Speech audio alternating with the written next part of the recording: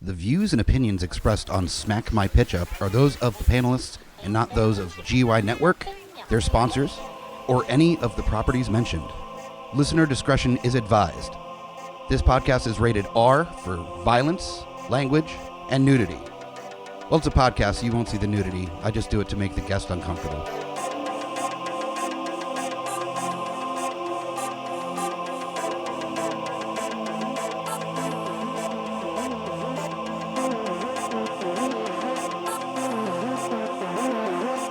In a world gone mad with unnecessary reboots, remakes, and sequels, only one podcast has the guts to make it even worse.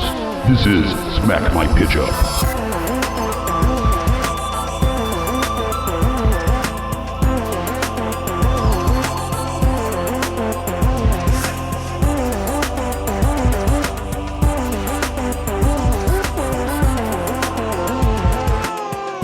Hello, geeks, and welcome to another episode of Smack My Pitch Up, the podcast that reboots, remakes, reimagines, sequels, and sidequels, some of your favorite and least favorite properties from film, television, and what have you. And thank you so much for tuning in to the return of the Geekfather himself, Scotty P. Ooh, what's up? It's been a little bit. Yeah, we were just talking about that, and I'm glad I at least remembered something from technically last year.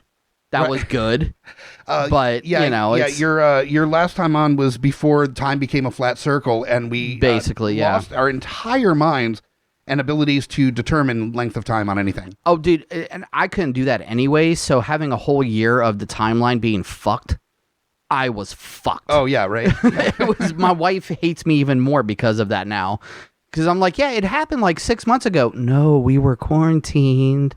Oh. Okay. Yeah, right. Well, it's the great unifier that everybody ended up not being able to tell time and figure out what's up. But we're happy to have you back. I mean, hell, this is a great subject to be talking about before the 4th of July. Well, and because people party on the 4th of July, it kind of goes with it too. I still find it funny that on the intro you still have talking about being nude during the shows, like it actually bothers us at this point. Right. Like we're not just like put your mangina away. It's okay. Yeah, we're very close to 100 episodes of Smack My Pitch Up. If nudity was a thing I've been doing this whole time, nobody's going to really care anymore. No. And you know what? Another lovely segue, just because I've been fine-tuning my segue skills just a little bit, is later by the end of summer, Geekfathers episode number 100 will be recorded and released. That's amazing. Yes. I'm so excited.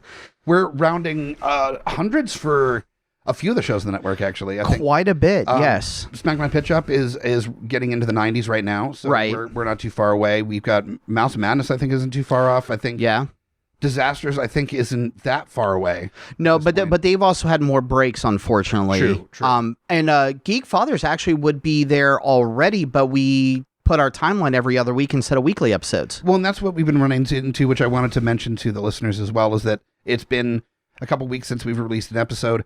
And we are doing the every others now, where there's the short list and then there's the regular full length guests.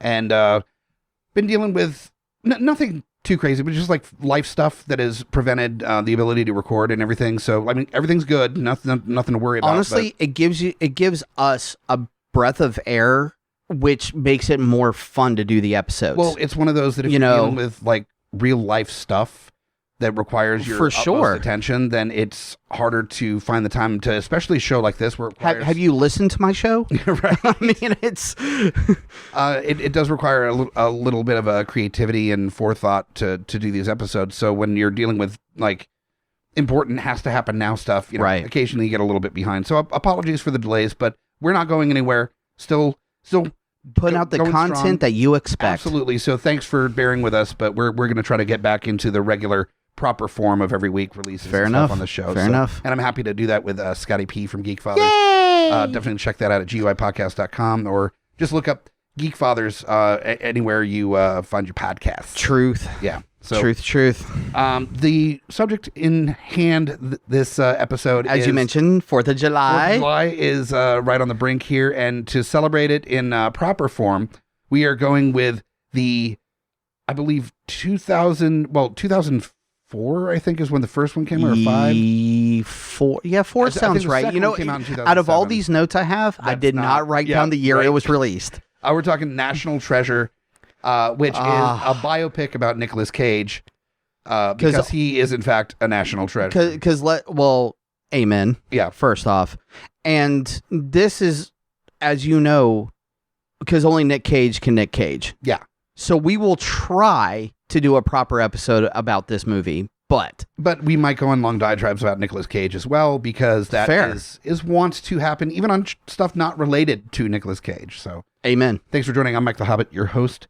For National Treasure, it is a Disney property, and it has all the elements of a Disney movie. It's grandiose in scale. It's got this epic nature, but it's still very approachable to a major audience. You're going to get kids in there. It's PG-13, but it's only just barely PG-13, I think. I think only because they have guns, but nobody actually gets shot, I don't think, and nobody dies. Yeah, it's one of those that it's barely PG-13. Yeah, there's slight violence, if you will. There's that stray fuck, you can say PG-13, that was just left in the wings, unused. True, yes. And you know Nicolas Cage can yell fuck pretty well, and they just did not let him. He doesn't even have to yell it. No. I bet you with his acting, because I don't think fuck was actually used in the movie, was it? No. I think they said shit once. Maybe. I think they said shit. But I could be wrong. I bet you there's an outtake of Nicolas Cage yelling fuck. Oh, very possibly. I guarantee it. I'm going to steal the fucking Declaration of Independence. Damn right. And they were like, Nick, wait. You got to calm down. Disney is watching. He's like, have you ever shit blood? And they're like, okay, all right. Actually, can I go in? Yeah. Go for it. I mean, because I made sure to write down the whole quote. And because when Nicolas Cage does Nicolas Cage, when Nick Cage Nick Cages, this was the one line that sets it off, and pretty near the beginning. It's before the halfway mark, but when he first not first meets her, but he's at the gala to like set up the distraction to steal, and he's talking with Abigail Chase, who will of course become the love interest and everything, and they're talking about history, and he says, "Oh, that's the time where had we lost the war, they would have been hanged," talking about the people who signed the Declaration. Sure. Yeah. Oh, yeah. And had we lost the war, they would have been hanged, beheaded, drawn and quartered, and got to picture Nicolas Cage, because I will not do it justice. Oh, my personal favorite, had their entrails cut out and burned. And as he says burned, gets in her face literally about an inch from her nose. Like he fully does the burned from the Wicker Man of like, how did this get burned? Like he does that. You can totally see his hair weave bounce. That fucking, the hair plugs in that movie are serious business. Dude, that's when you know you have Disney money. Disney money gives you all the Nick Cage hair plugs. See, Disney spends $5 million on a Grogu puppet that looks super realistic and makes the entire world fall in love with it. True. They spent $12 on Nicolas Cage's plugs. They're like, fuck it, nobody cares. But have you seen the other hair plugs in his other movies? Sure, true. I mean, it's still more than the other budgets. That sci-fi original movie money. That old Sci-Fi Channel money. Yeah. It is funny that you do see in a number of scenes in this movie, and I agree that might be the most Cage that he's allowed to go. Oh, for sure. The movie, when he's burned, he kind of just jumps out. He pulls it back in like, oh, sorry. Hold on. Breathe. Yeah. And scene. Yes. And there's so many other scenes where he's just about to go. You can see him almost like vibrating because the cage is trying to break out. Oh, yes. And then he just pulls it back in and just does that little like face that he does throughout this entire fucking movie. Right. I mean, he still pulls off some great little one-liners like, shush, I'm thinking. Oh, he's just the amount of just like, will she not shut up, that he does in this movie. He almost gets the operatic like, oh my God. Yeah. Yes. It's beautiful. It is also such a glorifying role for Nicolas Cage to like fit into, where he self-glorifies in such a way that this character is perfect for him, where the whole thing is that this is the smartest guy in this room. He's the most knowledgeable of American history. He's the guy that, like Willem Dafoe in Boondock Saints, everybody just stops and looks at him when he's working out stuff like it's a 1966 Batman clue. Right. Where he's like, a rope starts with an R, and R is also the letter used for Republican Party, and this president was a Republican, which means that it's this House estate, that the thing is, it's that kind of weird connective tissue. Yes. Like it's a fucking 66 Batman episode. And but he flows with it still. He does. That's the whole thing. Like you think of some other actors that could pull it off, and that's why, like, if you know this show, why I chose certain people for a reason, obviously. Yeah. But Nick Caging on American history, man. American history. Yeah. And it's such a different kind of vibe than the standard American fare of America, fuck yeah. Because most of that's like big explosions, like America's strong and free.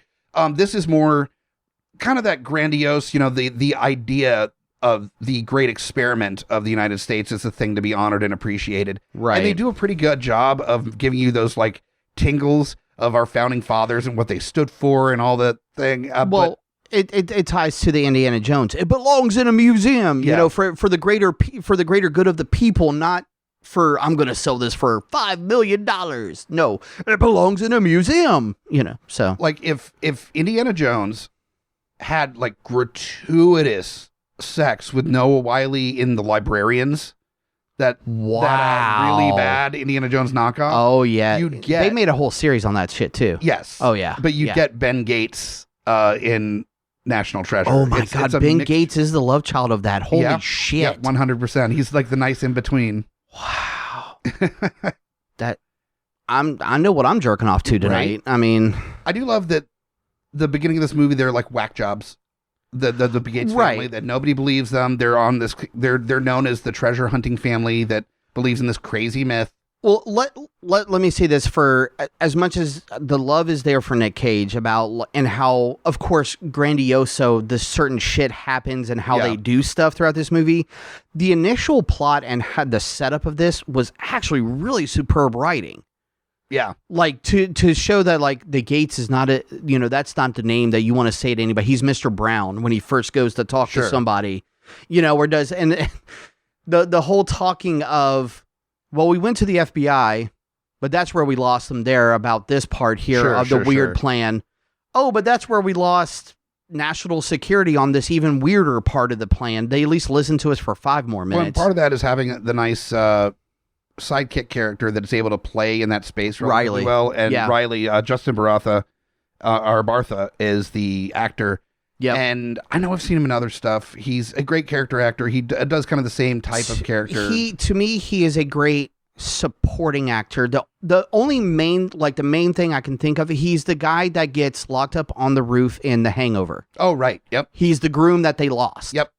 So he wasn't even in 90% of the movie. Oh, the first movie. He was in was he in the second one? I kind of watched the other sequels, so it was sort of like, oh, you're hungover again and you forgot what happened last night. I don't remember what the second Hangover movie was. It was basically the same as the first one. So. Well, that's my point. Yeah, I don't know. But I like the actor. I think he's great. No, he does a great job. Absolutely. But the hard part of this movie is that do you try to do the same story and then do you do the same clues to get to the end, or do you try to create a new thing that they're looking for? Do you do a sequel? Do you try to really cast someone else as a Nicolas Cage role, which is always difficult, period. Right. And that's, again, that's why, like, my choices that I made on this, and even my thought process, I went with more of a remake decision, because they do have National Treasure 2. Yes, they do. That is a thing. Which of course goes that storyline is the one that goes above and beyond. Wackadoo. Yeah, that's super wackadoo. That's so you're, because first off, you're attacking the family again. They helped kill Abraham Lincoln. It's like I'll see your scene in the gala when they're about to steal the Declaration of Independence, and I will raise you the scene in National Treasure 2 where they're trying to get something written on the side of the mini Statue of Liberty that's in front of the Eiffel Tower, and with like a drone, and I'm talking like a 2007 era drone. Yeah, and there's 2 French bicycle cops that stop them and basically end up helping them figure out like the clues. And one of them, I forgot about that. The dude, what's his face from Arrested Development that had the hook hand. Is one of the bike cops. Okay, see, it's been even longer since I've seen that one. Wow. But what's funny in that is that he's working through, and it's that moment where everybody's quiet, and he's working through like, oh, this clue could mean this, which means this, but no, that'd be ridiculous. And he makes a reference of what the clue might mean, and he's like, no, but that'd be ridiculous, in that very just manic insane Nicolas Cage vibe, and then pulls it back in again. And Disney was smart with giving him his moments. It's like letting off the steam out of the kettle when it's about to go. You know, it's why hockey players fight. Sometimes you got to relieve the pressure a little bit. Yeah, absolutely. No, fair. I mean, I got to go back and watch that one now. Damn it! Damn it! Rewatched that today before the episode just to kind of get an idea, because fair. And we might as well kind of get started with this. For my real take, for those unfamiliar with how we do this, just the quick deal is we both have 2 versions of this movie. So 4 versions total. One is the way that we think would work best, or at least our best stab at it, at how to reboot, remake, reimagine. You're welcome, Hollywood. Yeah, exactly. Yes. These are gold we're spinning. Right. And then we've got our remix take, which is just fucking throwing spaghetti at the wall, see what part of it sticks. Coming up with a weird tonal shift, just a weird, complete right turn on the story, just something weird to do with this property. Done and done. And, so for mine, I'm actually doing a pass the torch, soft reboot / sequel. Approach to it. So it is its own new story, but it is definitely a continuation of as well, because same universe, if you will. Same universe, same a couple of the same characters, but they aren't the main characters anymore. Right. So that's the way that I'm approaching it. I almost went. That was kind of the way I was almost thinking as well. You mentioned before we started recording that you had considered going kind of a similar way as to where I'm going. Sequel, like Next Generation was kind of, but I didn't. As Nick Cage does, I reeled it in and kind of rethought my process. Exactly. So you're doing a direct remake? Oh yeah, straight up remake. Well, then let's get into what is your approach to a direct remake. Are you changing the tonal aspects of it? Are you the best thing I could think of was to do direct remake. Obviously that there's the technologies and a few things you would have to update because again this movie is almost 20 years old. Sure. So you have to update a few things, but I figured sticking with at least the initial premise was I did a safe run on this one. Sure. One thing I will say, because we were talking about this because of obviously current events as well of having a big impact, if you will, we were talking about the whole, like was so much more slavery and everything involved. So I'm glad I did go with, I'm kind of skipping over the main characters for a moment. And this also ties to the original as well. I love doing that. One of the FBI agents is the actor's name is Eric King. He played the main cop in Dexter and the first called the black guy. Oh yeah. The surprise motherfucker. Right. Yeah. I made him Sadusky, who was Harvey Keitel's character. Oh, nice. And also, I've seen him in some other roles too, and he's a great actor. Oh, absolutely. But he was also one of the random FBI agents in the original movie. Also, I kind of like the idea of that main officer being a little bit more harder edged because that actor would probably play it a little bit harder. And a total throwback to Dexter, there was one part where Harvey Keitel does come out of a doorway to Nick Cage, and that would have been prime for him to go, surprise, motherfucker. Yeah. So I was thinking that as well.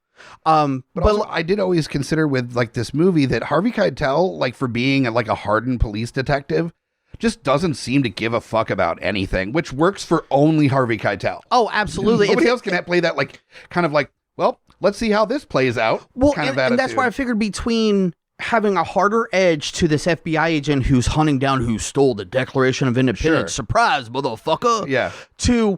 And it ties into, it was as part of the thought process, but we talked a little bit about it where, because you find out this character is part of the Masons, but to have a black dude part of the Masons and know this history and all the weird fucked up slavery shit that happened along with it. Yeah, because that seems to be very openly missing. Overlooked is a subtle way of saying it. Yeah, there's about as much conversation about the slavery involved in the forming of this country as there are, I don't know, black characters in this movie, which are virtually very none. much so. Yeah, virtually none. And I even almost did kind of go that route as well. But I did come across I looked more at the acting, not who they were as the person. Yeah. So, but I still thought that was a good one, and it tied in perfect to our extra conversation about it as well. Yeah. Because, again, the whole thing of him being a Mason, which means him somewhere along the lines had to break the barriers to him becoming a Mason. Is it a legacy lineage thing? So there's more and that's part of where you could totally tie it in with the story somewhere. There's plenty of give and take with this story that you can add and subtract as needed. And that's where I left it as an open book that way too. Because the basic concept of this movie is not anything new that we haven't seen before. This is the same thing as like an Indiana Jones or a Goonies or there's even a newer movie that came out, Finding. It was like based in Hawaii, where they ended up going on this like adventure to find treasure thing. Goonies? I mean, it's basically like a Hawaiian Goonies that's on Netflix. Oh, wow, okay. Finding Ohana or something, I think. I don't know. I haven't seen that one. Okay. It looks very fun. We started it and then I think fell asleep. I don't know, but it sounds so fun then. Trust me, it wasn't because of the movie. It was just pure exhaustion. But fair. Okay. The adventure movie where you're looking for treasure with a map, that is not new. That's not, I mean, all this is just tying in American history. So many tropes that will not go away anytime soon. So, I mean, and that's kind of was my mindset, is that like anybody listening to this will know plenty of the tropes to get an idea of what's going on. There's, and like I said, this is almost a hard remake where you're basically, I mean, you could almost use same script virtually if you really wanted to. I didn't want to. This was not the one where I just thought it would be cool to do a current update on the technology and the stuff that they use. Why they do it is it can be the same, but then throw a little extra spicy history in there, like just make people think about it a little bit, Well, then let's go down your casting list. Let's get yours handled, and then I'll talk a little bit about mine. So, for Ben Gates, our main character, I thought it would. Dude, I'm a fan. Jake Gyllenhaal. Jake Gyllenhaal? Okay. Yes, because great actor. Because, and honestly, I can see him pulling a little Nick Cage out of there as well. He would probably have a whole lot of fun being able to just go big. Right. Yeah. Between anywhere from what he's done to Bubble Boy, even to, well, yeah, like the first role out of all the things that Jake Gyllenhaal has done. You can talk fucking Nightcrawler. Or fucking like his Academy Award winning. Well, I was going to lead up to that. You're going with fucking Bubble Boy. Bubble Boy, Donnie Darko, Nightcrawler, even Mysterio from Spider-Man. Yep.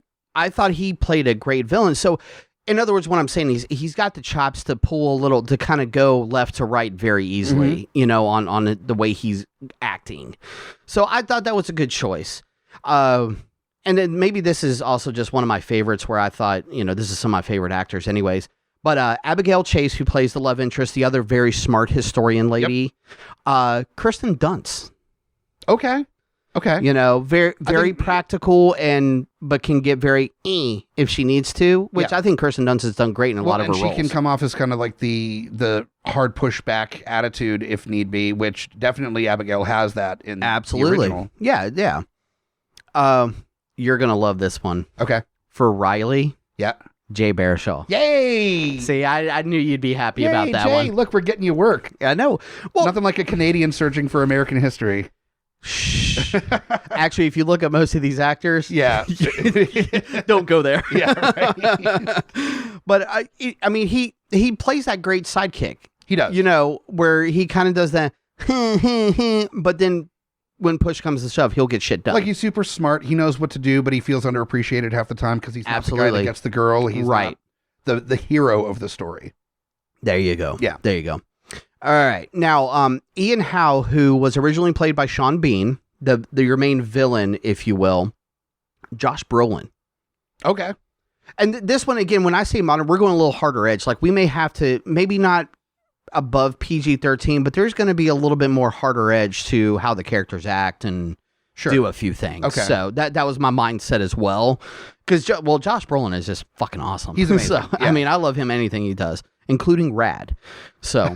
Wow. Yeah. Oh, yeah. I'll bring the throwbacks. That's fine. And this is not the first, adventure for treasure movie that he's been in. So, that's, again, with Goonies. Yeah, yes. He's a fucking Goonie. It's true. Now, Patrick Gates, who was originally played by John Voight, which actually a funny thing that I noticed about John Voight as well is that he's the unfortunate father of two misguided adventurers. He was also he played the father in Lara Croft. Oh, wow. Okay. So that poor guy. Yeah, right. Just between trying to get raped in the woods and then trying to be a father, he's been screwed in some of his roles. Yeah, absolutely. So, but J.K. Simmons. J.K. Simmons is great. Yes, because he could do that. Because John Voight, I actually really like John Voight as well, but John Voight just did enough of that hard father of, why are you doing this to our family too? Sure. The motherfuckers tied me up. Have some pizza. Yeah. You know? So. Well, and J.K. Simmons has played both of those modes pretty well. Absolutely. I love how Biggie's gone as J. Jonah Jameson's in both times he's played him. Right. Him being able to be like the lovable, warm, like father figure in Juno, to him being this like, I mean, nefarious, scary, intense character in Whiplash. Right. So, and all getting some of his big start for being a Nazi fucking other dudes in Oz. Correct. Yeah. So the dude has done it all. Yeah. So absolutely. he's a fun actor. So I that was a good choice for me. Now, a throwback to the original. Speaking of that, there is in the very beginning of the movie, you see the grandfather of Ben Gates, who is John Adams Gates, who was originally played by Christopher Plummer. Okay. So I thought that would be a great cameo for John Voight to do. Okay. Since now it's 20 years later, he can do the new character, and he's only in there for like the first 5 minutes of the movie. Sure. So that would just be a fun throwback to the original. Okay. And then, like I said, Eric King from Dexter and everything would play Sadusky, who was Harvey Keitel, the FBI agent hunting down That's awesome. Ben Gates. I really like that casting a lot. Yeah, that one really stuck with me because, one of the other FBI agents who I ended up with my other type of redo, I have him as the same role, and he was also one of the original FBI agents who was helping Harvey Keitel in the original. But I'll bring that up when we get into the next mode of things. Yeah. Now, I did choose a new director, and I was trying to find someone who had some similar work. Okay. So I did find Andrew Davis, who was director of The Fugitive, The Guardian, Under Siege, Above the Law. So he's done some of these action, Okay, yeah. Type of gotta fight the bad guys somehow, but not just straight up guns a-blazing type stuff. And obviously, Steven Seagal with two of those. But The Fugitive, he had, Harrison Ford, a great little thriller, with Tommy Lee Jones and everything. Yeah, so, absolutely. Yeah. Well, Fugitive, man, that's one of those that does hold up. Right, Not exactly. all of those 80s into 90s action movies really do hold up that well, but that one does pretty good. Yeah, because that one you don't even need. There's really not even a touch on technology you have to worry about with something like The Fugitive. Other than maybe they had. Well, they even for the time they even still use cell phones just a little bit in those movies. So. Yeah, that's the early days of cell phones. Yeah. Definitely clunky ones, if you will. Yeah. So, but that's my hard straight up remake. Stick to the storyline. Make some politics. Make some a little bit more things. I'll just say make things more prevalent. Yeah. Is the best way to do it. But definitely a harder line to some of the acting and some of the action that happens with it. So, I went a totally different way with my version. I thought about, there's a lot of conversation right now about what to teach with American history. And unfortunately, a lot of that's been polarized politically one way or the other. Right. Kind of what to be taught. And also the pro-America stance has also been polarized in some way, where there's either love it or leave it attitudes or love it, but let's make it better attitudes. Well, it's pro-America, but only for the good things. Yeah. And you can't talk about the bad. Right. And I was trying to find a way that, looking at this as a Disney property, this is a Disney version of Indiana Jones, basically. This is supposed to be very approachable. It's not supposed to be making any kind of hardline choices. No. So for my real take, now that's very different than how I'm going to be approaching my other take of it. But my real take of it, I thought, if you're gonna ham-hand American history to people, then make it for kids. Make it where it's not not trying to sugarcoat or rose-colored glasses for adults. What's gone through the American history. Yeah. Keep it a little bit lighter, and maybe not about subjects that have a complicated history so much and more about the mysteries of the settlement of America. So what I decided to go with is that this is a soft reboot / sequel. It's a passing of the torch movie. Okay. That this does have Benjamin Gates's and Abigail's kid, who's Betsy Ross Gates. Oh, nice. Yeah. So I just to kind of ruin the moment though. So you're doing The Mummy 2. The Mummy 2? Yeah, totally. Okay. Just making sure. Sorry. Because Ben and Abigail are either sometimes together, sometimes separately. Yeah. Going around the world for like curated things or for other treasure hunting adventures and stuff. This kid has not had an opportunity to have their parents around a whole lot. Yeah. And especially the dad who's standoffish anyway, just the character himself is relatively standoffish and has trouble connecting with his emotions, and that this kid ends up in a boarding school. Okay. And at the end of National Treasure 2, The Book of Secrets, there is the president tells Ben Gates to, when he finds the Book of Secrets, to look at page like 47 or something. Right. Yeah. And so this is playing off of that this is a long time for, 15 years now after the second movie. Yeah. He's been actively trying to find more information about this thing. What's on page 47. What's on page 47. Yeah. And what page 47 ends up being is about the mysteries of the disappearance of the Roanoke colony. Ooh. And there is actually conversation about there being a massive stockhold of gold that was part of the colony. Right. There's like a what was thought was a gold ring that was found on one of the islands that ended up being brass. There's a lot. There's so much information about. Right. Yeah. And I'm not going to get into the like every step of the nitty gritty. I didn't get into the full like connecting of the dots thing. I'm just kind of giving the overall idea of the story. Yeah. Nearby, not too far from like Kitty Hawk, in the area that the Roanoke colony is considered to be near, like in that area, in Winston-Salem, is the fourth oldest boarding school, all girls boarding school in the country. It was founded in 1775. So right before the American Revolution. So right. It being so close to the lost original colony and being one of the oldest places, like schools ever. Yeah. The whole thought is like, boom, that kind of is setting me up for the story on its own. Is there a team up that's going to happen? There's going to be a little bit of a team up. What's going to happen is Betsy Ross Gates and her friend Winnie are kidnapped by treasure hunters that are trying to use them as collateral to try to convince her parents to lead them to the You did do The Mummy too. I did kind of, yeah. But along the way, that they get the parents get word out to Riley, who's still working with them, that they're going after the kid. So Riley goes out to try to rescue them.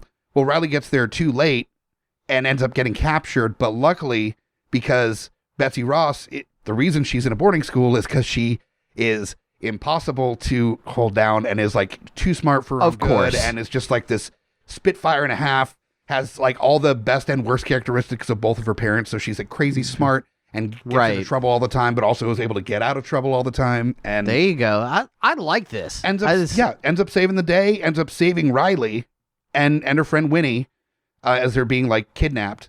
And then Riley's like, okay, well, we got to like get you somewhere safe. And they're like, no, we've got to find the treasure before they do. That's the only way that they're going to release the parents. It belongs in a museum. Yeah, when we can use that as collateral to get our parents back, because we can't get them on our own. We have to have something as a bargaining chip. Right. So Riley basically doesn't have a choice in the matter and just ends up being bossed around by this like 15, 16 playing second fiddle again to the Gates family. A child this time, being like, I'm not even like able to tell a kid what to do in this family. And that's good. He's there as kind of like the guardian, but he's still just the second fiddle. Yeah. Right. Well, yeah, there's definitely going to be a time where he has to be the adult to the kids, but the kids are really pulling the strings on what they're doing. And the joke that's going to be, and I didn't cast a character because it's going to be kind of a tie-in at the very end, is that Winnie's mom is like a single mom that has her in boarding school because she's like a single mom and like a career woman, and ends up like coming and like thanking Riley so much for like saving her daughter and stuff. And then there's like very clear chemistry. And she makes some like joke about a conspiracy theory thing that Riley has written about before. And there's this like magnetic because he moment. in the second one he wrote the book and did all that. So there's kind of a payoff that he ended up like saving Winnie, and who is now going to be like a character that's regularly used. Is kind of you're setting up a whole series of films or even TV show at this point. I could see it a movie that ends up becoming a TV show would be the move for real. That's good. That's good. But then basically the story goes in a very short cliff notes is that they determine that there's actually an underground cave system that because of the currents and stuff in that area, it got covered up over time. That's maybe where the Lost Colony went, that there was an especially harsh winter, so that finding an underground area like a cavern system that they could be more protected. That's where they put all their stuff. And everything. And then because of like a cave-in or something, they ended up getting trapped down there. Okay. So the end result is that they find the Lost Colony, and basically everybody was part of a cave-in and couldn't get out. And they ended up like starving to death. And then there's all this like golden, like tons of artifacts about the first settlers in the States and the first European settlers in the States. There you go. Yeah. And so then you have this big reveal as they like go through all the the stopgaps of people trying to prevent them from finding out the truth. Finding the different clues to get them there, and and you might even have like a thing that there was so much of a pushback at the time and towards Native Americans that a lot of the Native Americans hid some of the signs of where the colony went because they knew they were going to be blamed for it, even though they had nothing to do with it. So then you have like a whole a little bit of a touch on the really tumultuous relationship between. It's a Disney property, but but you still can at least give a little bit of a nod to right. it. Exactly. No, that's good. Where it's like it's not out of like any kind of like hatred or anything. It's more like, no, we don't want to get genocided. because of a cave-in. Exactly. No, it's damn. You put mine to shame, dude. Really, I do this. I'm here for every episode. Well, no, fair. I will say I've had a week too. So no, fair enough. No worries. I really like expanding on the story. No, and I wish I could have like I had started going down this path, but then it was just like, fuck, Well, I was playing with who would do a good job of like a action kids movie. Yes, but be able to have some like an adult like nuances to it. That would maybe play with like. They're technically 17, 18, but they're playing like a 14, 15-year-old something. And also the director. The director, I decided to go with a director that has done some of the most amazing, like, grindhouse-style movies of all time, but has also done a lot of kids' movie stuff as well. Robert Rodriguez. Okay. He's done the Spy Kids movies. He did We Can Be Heroes, which is weirdly amount a good time. Like, we've seen that one. Yeah. We have seen that one, It's a really good time. But also, of course... El Mariachi, Desperado, Once Upon a Time at From Mexico, Dusk Till From Dusk Till Dawn. Yeah, yes. like you have the huge laundry list of great epic movies. Yes. No, he was Planet Terror. Oh, yeah, you're right. My bad. But so he's going to be directing. And then the cast list. So, of course, Nicolas Cage and Abigail Chase. Cameos. Yeah, they're in there very little, so I didn't bother. Abigail Chase was Diane Kruger. She's a great actress as well. Great actress. So they'll be in it minimally. And then, of course, you've got Riley Poole, who Justin Bartha is reprising his role. But the new characters, and there's only a few, is Betsy Ross Gates. And I decided to go with McKenna Grace. If you're unfamiliar with her, she played the younger version of every blonde actress ever in every movie. I want to say I know that name. She was the young Tanya in I, Tanya. She was the young Sabrina in Chilling Adventures of Sabrina. She was the young Captain Marvel in Captain Marvel. She was in The Handmaid's Tale. Yeah, okay, She's in Ghostbusters Afterlife that's coming out. Yes. So, incredible actress. And she's like 15 years old. She's a beautiful blonde young lady that would make sense to be Abigail Chase's daughter. Fair. You can absolutely see that like even the facial shape is similar. Yeah. So you could totally see that luckily didn't get her dad's looks. Didn't get that big stick forehead. with the smarts, maybe a little bit of the craziness, so we're good. Yeah. So and incredible actress for her. I mean, she didn't inherit the hair plugs? No hair plugs, fortunately for her. And then her friend Winnie, this is an actress that I've only seen in one property, but I was blown away by it. It's an incredibly poignant and fun and incredibly sad at moments sci-fi film called See You Yesterday. It's it was a Netflix show, and it was based on a short film of the same name that got expanded into a full feature. and it's well worth a watch if you haven't seen it. Eden Duncan Smith is the name of the actress, and she's about the same age, or maybe a little older. But basically, she's a young black girl growing up in a not dirt poor, but barely getting by kind of community. Yeah, sure. And her brother ends up getting shot and killed by the police, and she's like a science nerd that has been working on ideas for a time travel device, and she's like mega smart. And okay, I know what you're talking. Yeah. I haven't watched it, but I did come across the preview for it the other day. Yeah. Okay, yeah. So she has to try to find a way to that she can only get it to go back, I think, 7 days from the day that she's in. So she only has a week from like the time that's like the day after her brother dies that she gets to finally work. Right. So she has basically 7 days to get the past to change. Gotcha. And there's a limited number of tries that she has. And so it's really poignant. It talks about, police brutality. It talks about, kids in like lower income families, their access to education and it talks about, one wrong move or wrong decision can change the entire trajectory of your life. It touches on the heavy points. But it's also very fun at times too. It's a great film that I thoroughly suggest. Okay. And Eden Duncan Smith is acting circles around everybody else in that movie. I mean, it's awesome. It's well acted, but she's definitely doing some stuff in that. And she plays like a brainiac without being like that pushing up glasses, stereotype brainiac. So I think that would be a great counterpoint to Betsy Ross Gates. She's a little bit more grounded. Exactly. Yeah. And so not quite as as Riley is. Of course, yeah. It's definitely a little more gung-ho. But definitely like Betsy, I don't know. Yeah, Betsy is just like the look before you leap kind of attitude. So they balance each other out pretty well. Cool. And then for Riley, of course, is Justin Bartha. Then we've got Simon Gilbert is the main villain. And Gilbert is actually one of the main guys that was part of the initial colony. So is the last name of one of the guys. So it's kind of a play that, there's a lot of history connected to the name, and this is like a distant, relative, right, that is trying to lay claim to whatever the spoils are.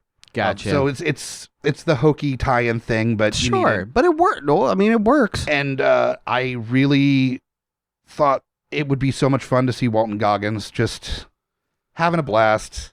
That man can do no wrong. No, and he's so much fun in his roles. You want to know a role that surprised me with him? The Unicorn. That TV series that he did about being a widower. Not bad. Really not a bad Dude, it has a great supporting cast, to say the least. But him just sort of being like, okay, yeah, he pulled the emotion of losing his wife. Second, he's sitting there going, so do I just bang another chick or what? I don't know. What do I do? But he pulls that off for doing a completely PG show. And it's really nice to actually see him in a role where he's a nice guy that you're rooting for, because most of the time he's like the lovable giant piece of shit. Or transvestite. That's also lovable. Yeah, exactly, yes. But yeah, just to have as just like a genuinely nice guy that you're rooting for the whole time, there's not problematic. They still make fun of his teeth. Yeah, it's still definitely have to. Yeah, of course. So that's the main villain is Simon Gilbert, who's got good call. I was going to write henchmen and stuff, and I went, no, you just get some great character actors that are big and beefy to be in there. I mean, actually, I did recognize one of the henchmen from the original ones. He plays a few things. Apparently, he used to be some type of even like wrestler or MMA fighter as well. But he's is it the Scottish guy, the Russian guy? But he's in that. But he's the Russian dude from Predators, where he has the big minigun and shit. Oh right, yeah. And you see, and then I thought about it, I was like, dude, he pops up fucking everywhere. Yeah. So just nice. Another cool little tie-in. That's got to be great to just make a living being like the muscle backup character basically in every movie. Oh yeah, absolutely. Nice. Absolutely. By the way, if you're hearing any kind of background noise, we are recording this during a heavy storm. Yeah, so, it sucks. Yeah. Only so much soundproofing can do for the attic, I guess. Right, basically. Yeah. So we've got Walton Goggins as the main villain, and that's kind of where I left it. There's going to be some auxiliary characters tied off, but you have you said you didn't do anything for Winnie's mom. You said Winnie's mom, that she's going to be in there for like 2 seconds, so it's not really worth the casting. I was about to say whoever's a good secondary at the time that it's actually filmed or something. I mean, if there's an actress that I'm like in fucking love with right now, that would do great. That's a little younger than, well, not that much younger than Riley, I guess. Issa Rae. Issa Rae. She's been in a bunch of stuff. She was in a movie with Camille and Johnny, Lovebirds, that was on Netflix. She's in. I didn't catch that one. What's the name? There's the name of a, I think, HBO series that she's in that she's really good in. Okay. She's been in a lot of stuff, but like great actress, very great comedic timing. Okay.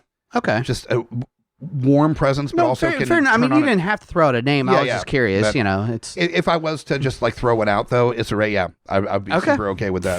Fair enough. So that's my short casting for my Robert Rodriguez fun, like kid focused National Treasure. Pass the torch. No, fair enough. I mean, and you described a good chunk of Disney movies, so that's cool. Yeah. And I'm not saying that like facetiously or anything. No, that's like almost a template for many Disney Disney movies. There is a formula to these kids movies where they, and then you could almost write it from there where they get into dire circumstances. The kid ends up like biting off more than they can chew. Riley steps in and barely gets them saved. They realize, that maybe that there was the parents cared about them more than they originally thought because they only saw it from a kid's perspective. Yeah. Whatever history, little detail nuggets you can throw in for the clues. Yep. They get the parents loose. The parents help save the day, but it's mostly the kids that did it. The parents are just like, oh, you're so fucking rad. Like, we should take you on this more. Like, you go on adventures with us. You're a Gates, so why wouldn't we expect that you would have that kind of adventurous spirit kind of thing? There you go. And then everybody ends up happy at the end. It's formulaic, but there's a reason why stuff becomes formulaic. It's because with movies like this, it's what you want to see. It's still fun. Yeah. It's still fun. And so, if I was looking at like remaking this, and we'll get to that, but but to approach it to conversations about the actual building of this country, it does hit some challenging hurdles when you're trying to do something that is family friendly and fun adventure movie, but you're dealing with real things that happened that you don't want to just gloss over, because it's the same conversation with like whitewashing in Hollywood for years. Sure, yeah. As it became more and more obvious to people that this was not okay is when people started being like, yeah, we can't do that anymore. And it's the same with American history, is that you got to show the good, the bad, and the ugly. It's the same thing that we've talked about on Geekfathers multiple times, and even what we do in our house is that if there's a poignant enough of a thing happening that's based in, say, real history, American history, or things that are a talkable subject matter that should be talked about. Sure. We do that. Fortunately, my kids are inquisitive, so they'll ask as well. But we're like, no, finish the movie, and then we'll look this up. We'll talk about this. Yeah. And there are some people will probably argue with me, but there are some harsh realities that Logan more so than Leland, obviously because of age. Sure. But there are some harsh realities that Logan has learned about, especially this past year, that it's just like, that's the way it is. Mm-hmm. People are mean. Yep. People do things for the wrong reasons. Mm-hmm. We don't know why. That's the only thing we can't answer is why they would do something so shitty. Guesses, but if you're not smart about venturing guesses, that's can be almost just as bad. Like exactly. Making assumptions on people. So yeah. So by doing the Roanoke colony, it's avoiding some of that conversation a little bit.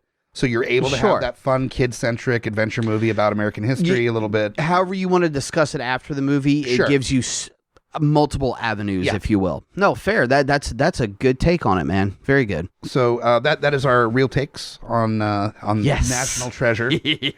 Now we get into the fucking weird with our remix versions.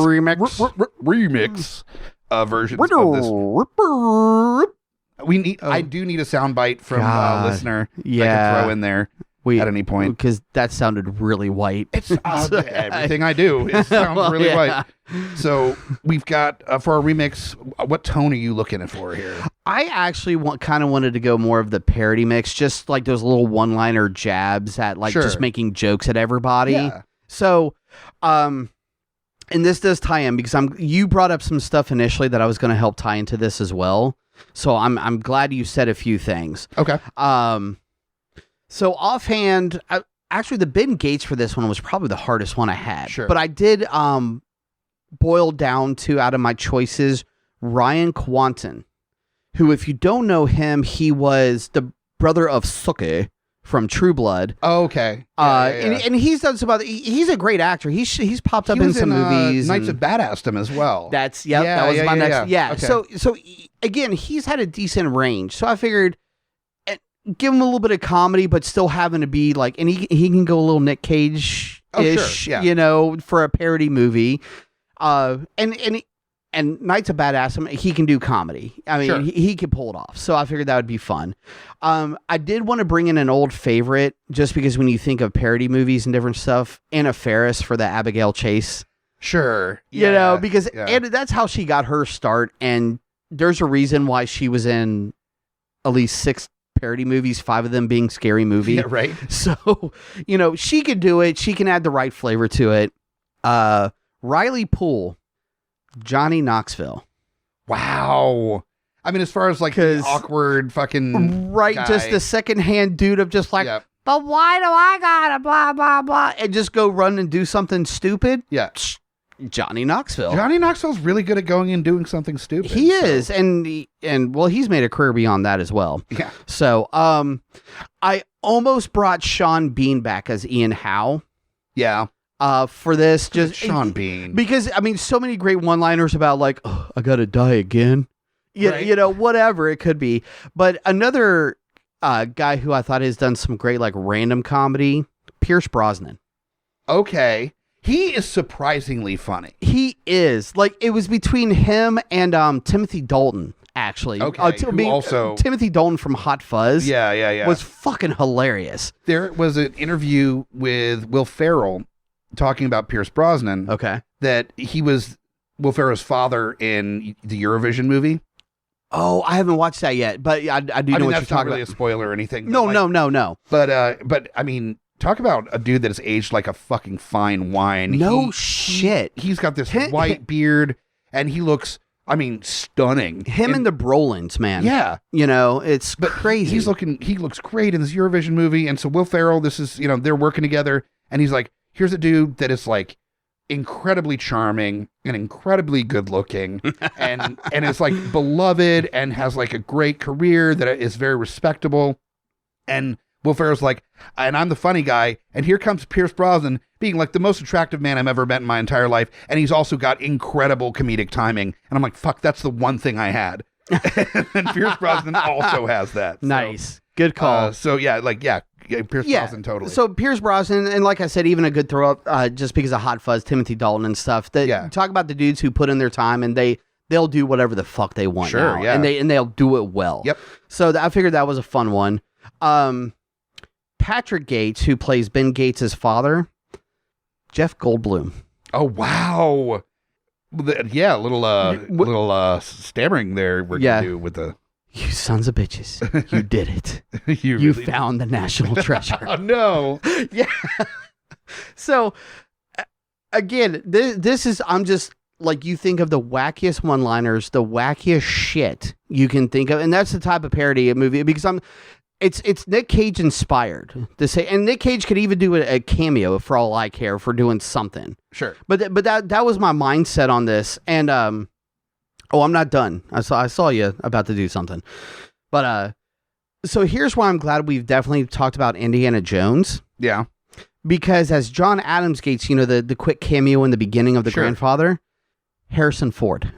That's just yeah. Well, I always think of course, Ralph Garman. That's my Harrison Ford impression. Yeah. Oh no. Yeah. But that was my thought process in it, because the Ralph Garman impersonation of Harrison Ford is so awesome, and he's like, Star Wars fucking lightsaber. But I thought that would be great just to have Harrison Ford walking through the movie. Want to be Indiana Jones, motherfucker, and just walking off and being like the grandfather, the senile married Clarissa Flockhart, just fucking grumbling, basically. And so I thought that would be fun of just basically calling, like, just popping up in the movie every so often, going, "Want to be Indiana Jones, motherfucker," and kind of walking off and shit, just in his bathrobe with a cup of coffee, exactly, just incontinent and just pissed off. Yeah, so I figured that would just be a fun one for Harrison Ford to pull off. That's great. Just to pull in there. As Sadusky, the FBI dude, this is, again, my other pull from the original, Mark Pellegrino, who is one of the original FBI agents. A lot of people probably know him. I know he's done plenty of other stuff, but he played Lucifer in Supernatural. Or played the body that Lucifer embodied for most of the seasons of Supernatural. I just like that dude's acting. I think he's cool as shit. Sure. So, and for him and he could do funny as well. He's done some funny stuff. So for him to play a stupid FBI agent going, "I guess the problem, motherfucker," whatever it may be. Sure. He could pull it off. Okay. So, nice. And again, that's why I say you just think of any, like a lot of it is just making fun of like Indiana Jones.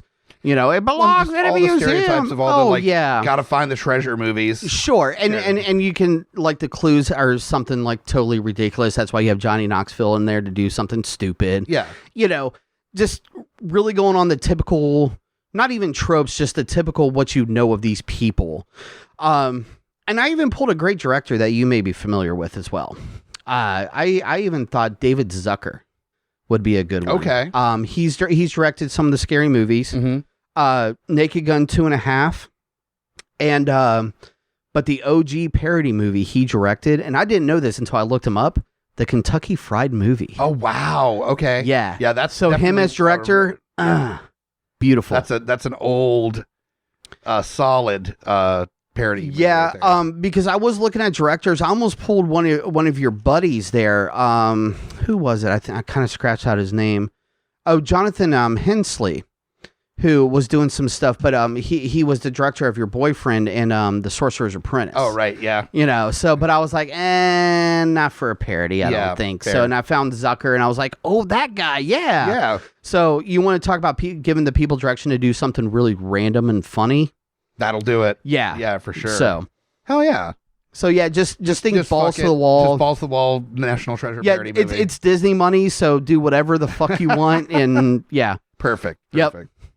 I decided to go really creepy and dark with my take on this one. So okay. I decided that if you are going to have a story about the American history, you want to put some twist in it that the original National Treasure did not have, including having the darker elements of American history really shown in full form, stuff that has been discussed as possibility, but not like actual like facts out there in the world. There's conversations about like Ben Franklin being a serial killer was a thing because like a place that he lived in had bodies in the basement. Yeah, and it was very old bodies. And some of his experiments were questionable that aren't really talked about. And so you kind of go into some of these old stories about, there's even there was a horror movie made called The Washingtonians about how like some of the founding fathers were cannibals and stuff. You work in some really so you're shit. Pulling from Abraham Lincoln Vampire Hunter. No. Okay. I'm pulling from some rumors of American history, right, but also like some movies that they've done and stuff. But the basic premise being that Ben Gates is he's from a line of people that are history teachers or professors that are obsessed with American history and a lot of the like conspiracy theory attached to American history. Which does pull into like the treasure and stuff, and that's where it gets started. But he has a blog. He's not like a well-respected member of society or anything. He's like an internet troll blogger. So kind of same premise to an extent. Yeah, just a little bit more of a darker take to it, where like he's just this like kind of repressed like. He's not as vibrant as Nick Cage. No, not nearly as much. Yeah, and as he digs deeper into this conspiracy. And he finds out that not only is the stuff that he was leaning towards true, which is one of those like, oh fuck, it's true, it's actually true. It's not. Well, what was that with Mel Gibson And Julia Roberts. Conspiracy Theory. The actual movie. There you go. But in more so than that, there's even more to it than what the conspiracy theory was. It's even deeper and darker. Right. Fair. So it's more of like a haunting political horror movie. Is the approach, and somebody that has a great eye for atmosphere in a horror movie, that has like a really creepy pacing and dark like tone to it that I'm in love with. I love a lot of stuff that he's been doing is Mike Flanagan. And if you're unfamiliar, he did Oculus, Hush, Gerald's Game, Haunting of Hill House. Gerald's Game, that was the one I was thinking. I knew he did some of the other stuff. That's right. House, he did Dr. Sleep. Okay. He's got a pretty good record for horror movies. And also, he did one of the Ouija movies, which the Ouija movies suck, except for his. He did a prequel movie for Ouija that's actually really good. So... that's weird to say about any genre, is that the prequel was better than this one of the others. Yeah. So he's a great director. He has this very like ethereal kind of tone to his directing. Cool. So for the cast list, and this is going to be a remake. This isn't the kids. This is right. Straight up remake. So for Ben Franklin Gates, we're getting Doug Jones, that tall, lanky motherfucker, to be Ben Gates. Just the kind of like housebound blogger, conspiracy theorist. How is he going to do in a role without makeup? Holy shit. Yeah. He's done some stuff without makeup, but not a lot. So, I'd be interested to see him. But that also, I mean, he's probably used to, when he's acting, doing more dramatic, like facial expressions and stuff, which if you want to do a creepy dude, somebody that's just a little bit too expressive with his face because he doesn't understand social media. No, and he could pull it off. It's just these days you think Doug Jones and you're like, without a makeup? Yeah, what? Exactly. Yeah, because that's the roles he's. But I could. But the thing is, I could see it. Yep. That's good. That's really good. And then his sidekick Riley Poole will be played by Nicholas Hoult. Ooh, okay. Beast from the prequel X-Men movies. I like that. And Warboy. He was what, Nux in Fury Road. Oh, that's right. Right. Then we've got Abigail Chase. She was in The Haunting of Hill House, I believe, but also just a hot, creepy woman that would be great in this role. Eva Green. Okay, I kind of see. I haven't had a chance to watch those series.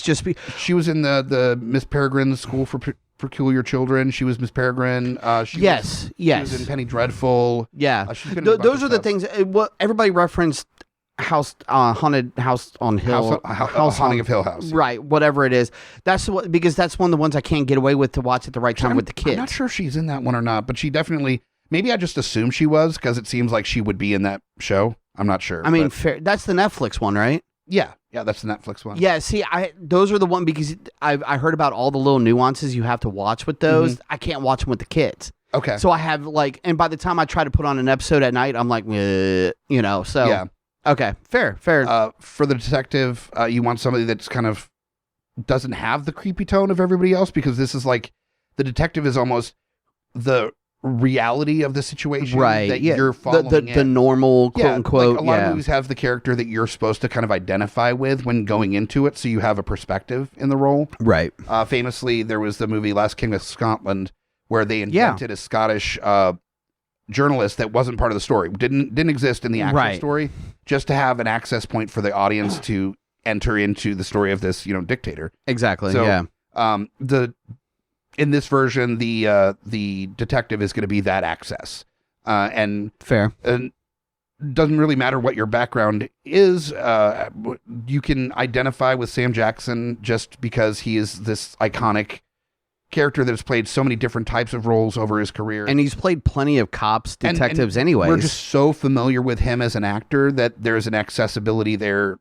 Period. For sure, yeah. That you're comfortable with him in a role, that you can kind of follow his lead. He is recognizable, to say the least. Yeah, and there's plenty of people that are like, okay, well, whatever he's doing, I'm in. It's right. It's Sam Jackson. Just no snakes, please. No snakes. Yeah.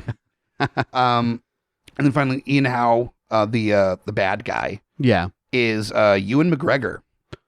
Ooh. Yeah. I mean, he does a pretty good villain. And the twist of this that happens basically is that as they get deeper down the rabbit hole of this stuff about the founding fathers and all the fucking dark shit that goes on with it, and that that dumbwaiter system that they went down in the first one that leads to like the treasure and stuff is like built by slaves, and like it's pretty clear there's like corpses of slaves down there, and it's like it's fucking fucked up and terrible. So you're adding more of the visual true story to a little bit, yeah. But also then you do like you're talking about people that want to ignore the history. Ewan McGregor is there for the treasure and he's British. He doesn't give a fuck about what it does to the United States because he's there for the fucking treasure. Right. As far as he's concerned, you guys are the bad guys anyways from all this stuff happening. Yeah. And so the flip is going to be from the original movie is that Ben Gates at one point realizes that everything that he believes in, his like mental or moral compass has been built on a lie, but instead of wanting to like reframe things in a way so that the country better resembles what it's supposed to be, he chooses what a lot of people do is to hide the actual truth of the situation. So he's trying to stop the bad guy, not so they can get the treasure, but to hide the treasure, like that they can't be found because all the secrets of our country will come out along with the treasure. So he ends up for the greater good, trying to hide the truth of the situation. So your good guy is kind of a bad guy. Becomes the bad guy at the end. Wow. Okay. So that's my gist. Damn. Apparently my brain has not functioned well this week in comparison to what you've got, man. I mean, I like what I like in my brain. I can picture great stuff, but apparently I was not able to put it on paper this week. I got a lot more practice with this stuff. I do this every week, so. Well, I tried to because I don't like work, but fair. No, that's fair. That's fair. I get that. But yeah, no, I mean, it was also, my original, and I still would love to do this episode, so keep my name on it. Because my first thought, because of just like some of the stuff going on, it was like just Phantasm. Oh yeah, and you know what? But I mean, Halloween season's only a few months away, right? So. So keep me on mark for that. But you were right where, National Treasure is good because by the time this is basically 4th of July weekend is what we're going into right now. So it was proper to do this for sure. So and we have a couple ideas from our listeners about what we wanted to incorporate if we had a choice in the matter into a National Treasure remake or reimagining or sequel. Okay. We've got some other film properties that were suggested to mash up and see what we would do. Absolutely. And from what I heard so far, it's pretty good. Yeah, we've got some really good ones here. We've got some like what the fucks as well. But the first one is Mike Reiser, our buddy. Mike. In proper form, and makes sense. In all caps. With actor, in all caps. Mandy is also starring Nicolas Cage. So Nicolas Cage can Nicolas Cage while he does a Nicolas Cage. I mean, I wouldn't mind a chainsaw fight in a New York like ancient church over like a giant pile of gold. I mean, Ben Gates, played by Nick Cage, running through some government hallway with a giant silver axe going, I need the Declaration of Independence. Right? In just his underwear and a tiger shirt. Oh, absolutely. Yeah. I'm into it. Yeah, done.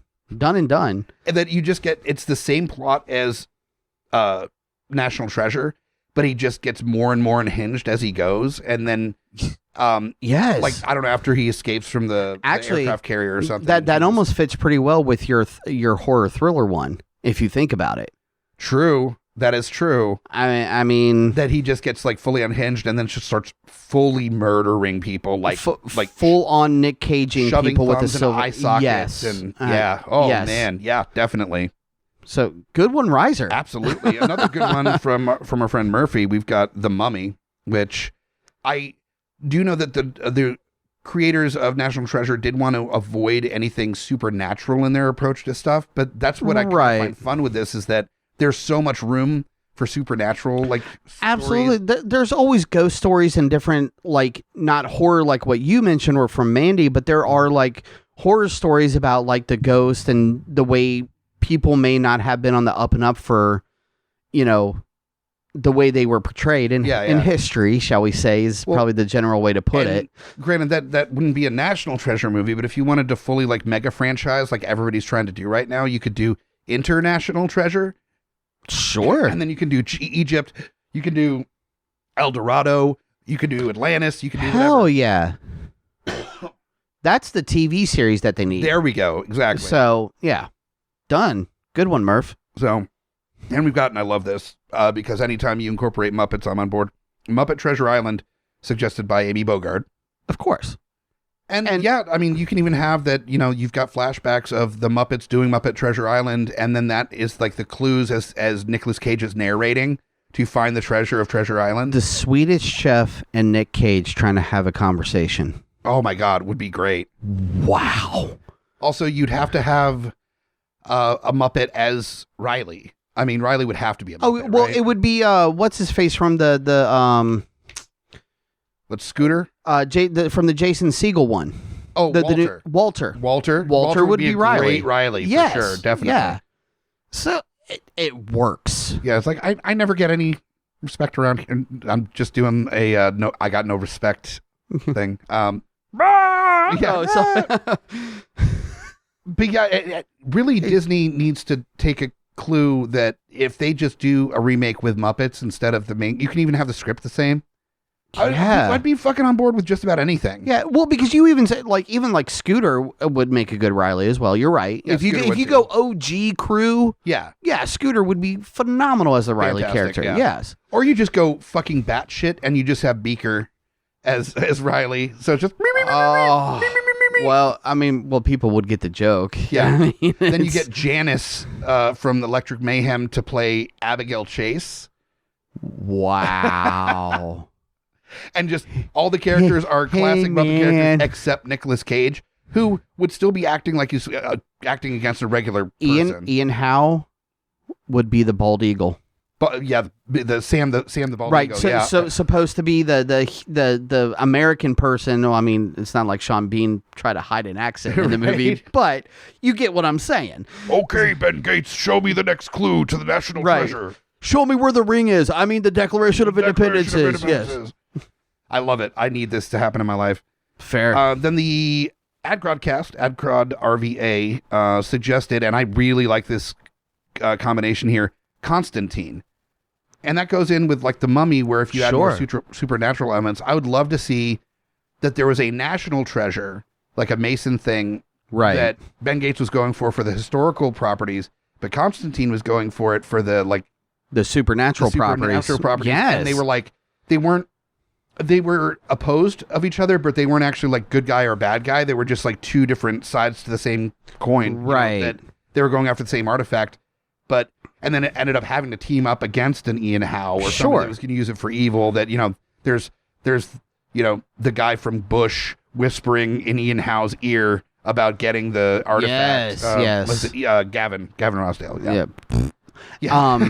Correct. Because his music, his acting is Anyways, but there's plenty of bad guys if you bring in Constantine. There's plenty of bad guys, and even like what you mentioned, there could be a descendant of somebody as well as one of the bad guys with Ian Howe. That's he has a mysterious backer. Ian Howe is supposed to be the rich guy, which is how Ben Gates did a lot of his shit in the movie. So this supernatural evil descendant of something from what they're trying to find is actually Ian Howe's backer that you don't really find out about until later in the movie. Ian, who's your backer? And he's like, Satan. Would it be Lucifer? Old Scratch is his name. That'd be great. I mean, I'll take it. You ever heard of somebody called a Beelzebub? Don't ever look at me like that when you say that. Okay. Yeah. Don't look me in the eye directly in your eyes when you say Beelzebub like that. I look deeply in your eyes too. I don't know why I decided to be that intense. We locked for a moment, and I was I felt weird. Yeah, fair. I have that effect on my guests. See, it's not the nudity; it's when you look at my eyes. When I look in your eyes and yell Beelzebub. Yeah. Right. So that is our mashups and our 4 different versions. Great ideas, guys. Yeah, we got Thank you. Fun ideas on this one. And came out right away too. I put up the post and people. Yeah, were I was about to say it was some quick responses this evening. So the other one that Murphy suggested was Chopping Mall, but I don't know what kind of what fucking like an artifact would be in the mall. I mean, is the secret chamber guarded by laser shooting robots? that were built in the 1700s? Oh, well, I got a quick one, actually, and this actually comes from something that happened, is Hobby Lobby got in trouble because they had accidentally or just didn't give a fuck, imported actual artifacts to sell at their stores. And they were basically off the gray market. They were not entirely legal.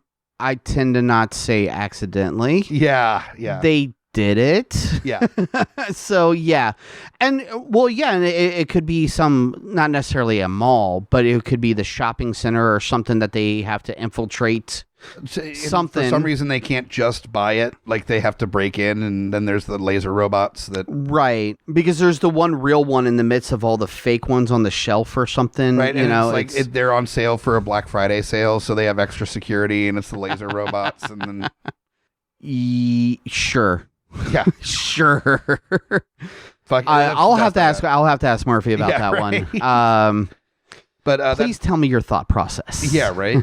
That does leave us with our last little bit before we get out of here, and that's our trailers. So I think I'm going to do my Robert Rodriguez version here. Do you have any choices in mind? Are you doing your fun or your remix? I may have to do the funny one because that's just probably going to give me the best material to use. Oh, fair enough. Yeah. Cool. All right, well, let me cue up the music. Oh, God. This 4th of July. Don't get burned. Watch Ben Gates as he runs through with Abigail Chase and Riley Poole to defeat the evil Ian Howe and reclaim the Declaration of Independence for America. Indiana Jones wanna be motherfucker. Summer 2021.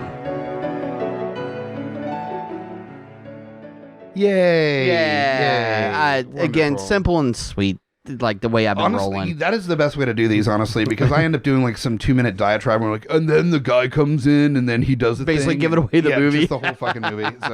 So let's see if I do that on this one. So Yay. I'm doing my Robert Rodriguez key version here. So. All right, do it. So here we go.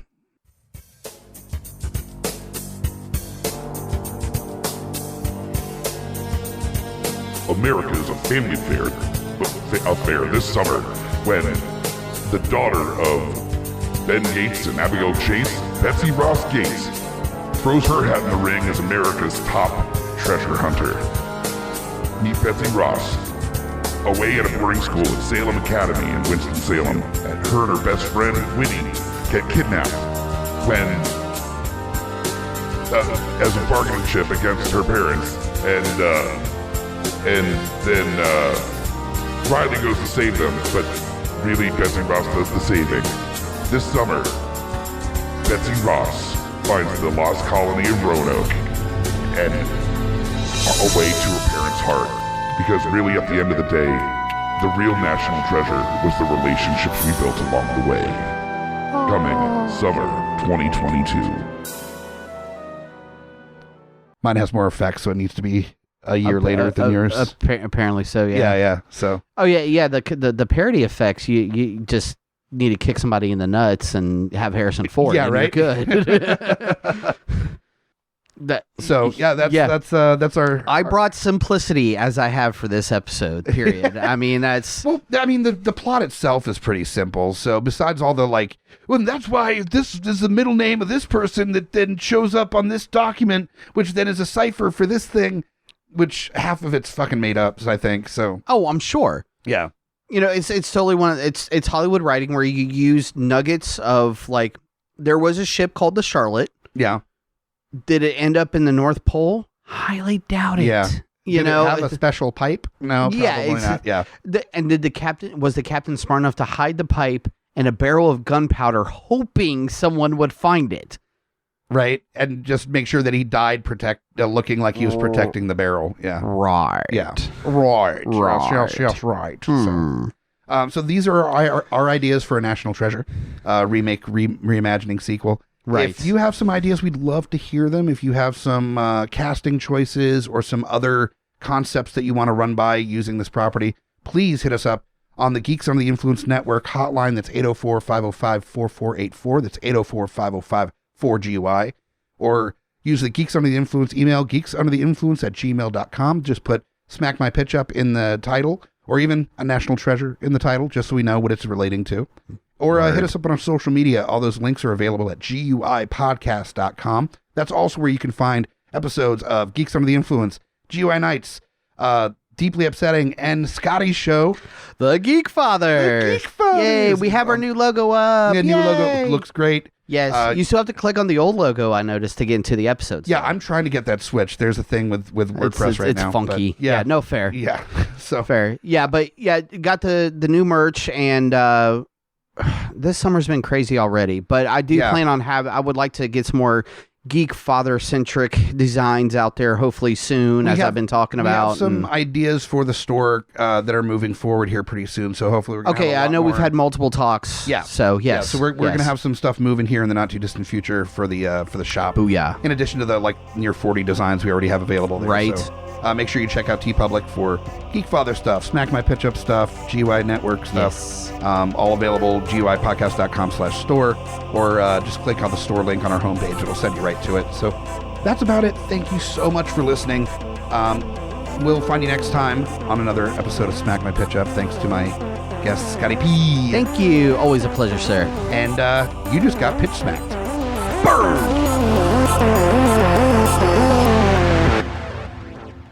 GUIPodcast.com.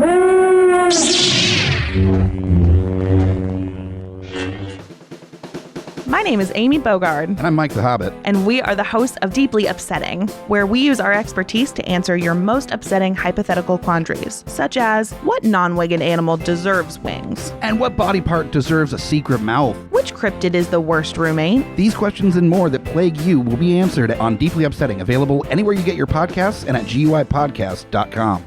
Hey guys, Scotty Big Daddy Preston here. That's right, the Geek Father, asking you to join me here every other week with friends and family of the GUI Network as we go through all the trials and tribulations of being a geeky parent. So remember, join us or cry.